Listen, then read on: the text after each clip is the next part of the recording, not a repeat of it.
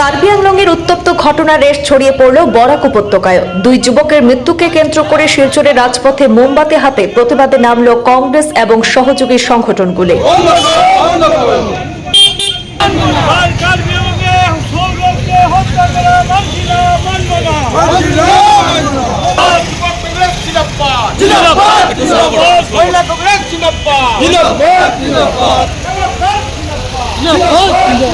আসামের কার্বি আংলংয়ে সংঘটিত সাম্প্রতিক উত্তেজনাপূর্ণ ঘটনায় দুই বাঙালি হিন্দু যুবক দীপক দে এবং সৌরভ দের মৃত্যুর প্রতিবাদে শিলচর শহরে মোমবাতি মিছিলের আয়োজন করে কংগ্রেস।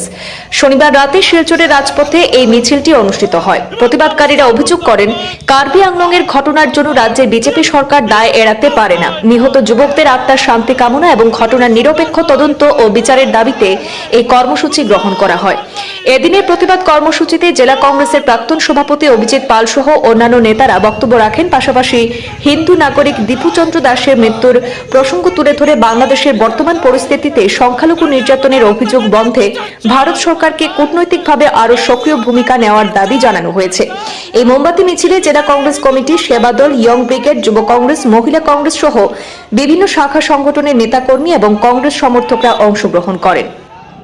গত 3 দিন আগে কার্বি আংলংয়ে যেভাবে উত্তপ্ত পরিস্থিতি সৃষ্টি হয়েছে এবং তাতে যেভাবে হিন্দু যুবক দীপক দে এবং সৌরভ দেকে দোকানের ভিতরে জ্বলন্ত অবস্থায় জ্বালিয়ে ওদেরকে হত্যা করা হয়েছে, এই নৃশংস হত্যার জন্য আজকে আসাম সরকার এখন পর্যন্ত ডাবল ইঞ্জিনের সরকার থাকা সত্ত্বে যেভাবে বিজেপি ক্ষমতায় আসার পর থেকে আজকে আসামে এবং কেন্দ্রে ক্ষমতায় আসার পর থেকে সংখ্যালঘুদের উপর একের পর এক জায়গায় অত্যাচার চলছে, সব বিশেষ করে বাঙালি হিন্দুদের প্রতি যেভাবে ওনাদের বিদ্বেষমূলক মনোভাব, আজকে বাঙালি হিন্দুদের প্রতি বারবার আক্রমণ চলছে, বারবার অত্যাচার চলছে।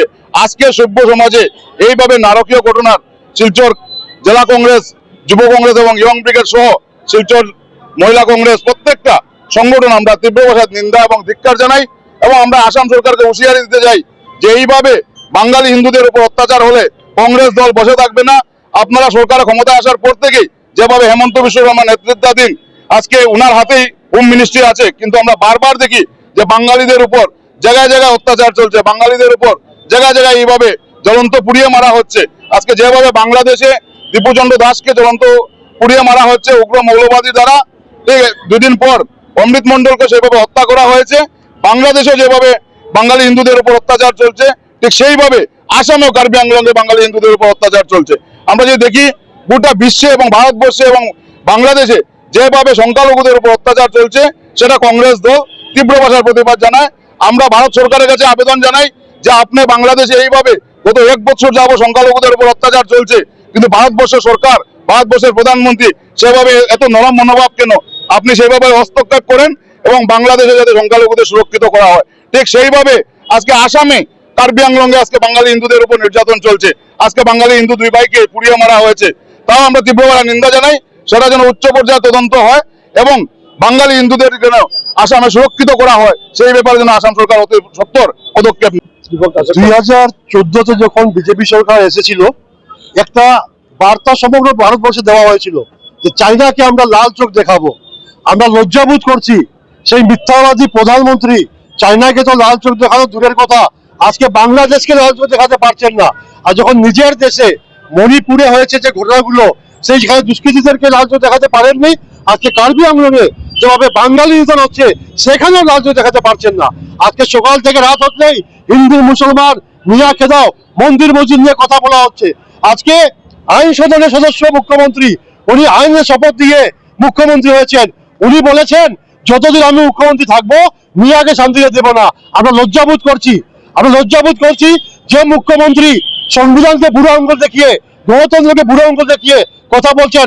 আজকে আমরা জেলা কংগ্রেসের পক্ষ থেকে নিন্দা ও ধিক্কার জানাচ্ছি এবং আমরা অতি সত্বর যা বাঙালি নিধন হচ্ছে প্রত্যেক নিধনের বিপরীতে আমরা উচিত বিচার। 2014 সনের পর থেকে যখন থেকেই ভারতবর্ষে এই বিজেপি শাসিত ভারতবর্ষে যখন দখলে এসছে এই নরেন্দ্র মোদী সরকারের নেতৃত্বে ভারতবর্ষে আসার পর আমরা দেখছি যে ভারতবর্ষের বিভিন্ন প্রান্তে যারা সংখ্যালঘুরা আছে, যে জায়গার সংখ্যালঘু থাকুক না কেন, তাদেরকে আজকে বিভিন্নভাবে অত্যাচারিত করা হচ্ছে, তাদেরকে জ্বালিয়ে মারা হচ্ছে, তাদেরকে পিটিয়ে মারা হচ্ছে।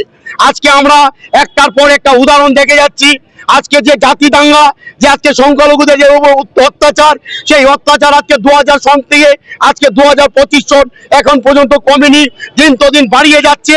এই সরকারকে আমরা ধিক্কার জানাই, কেননা এই সরকার যে আজকে আমাদের যারা বাঙালিরা আছি, আজকে বাঙালি আমরা যখন ভারতবর্ষের বিভিন্ন জায়গাতে আমরা বাঙালিরা আছি, আমরা মাথা উঁচু করে আমরা বসবাস করতাম। আমরা রবীন্দ্রনাথ ঠাকুরের, আমরা নেতাজি সুভাষচন্দ্র বসু, আমরা বঙ্কিমচন্দ্র, আজকে আমরা যারা বাঙালির যারা আজকে বড় বড় যারা মহান ব্যক্তিরা আছে তাদের আদর্শে আমরা আমরা বসবাস করতাম। যে জায়গাতে আমরা থাকতাম না কেন আমাদেরও সেইভাবে সম্মান দিত।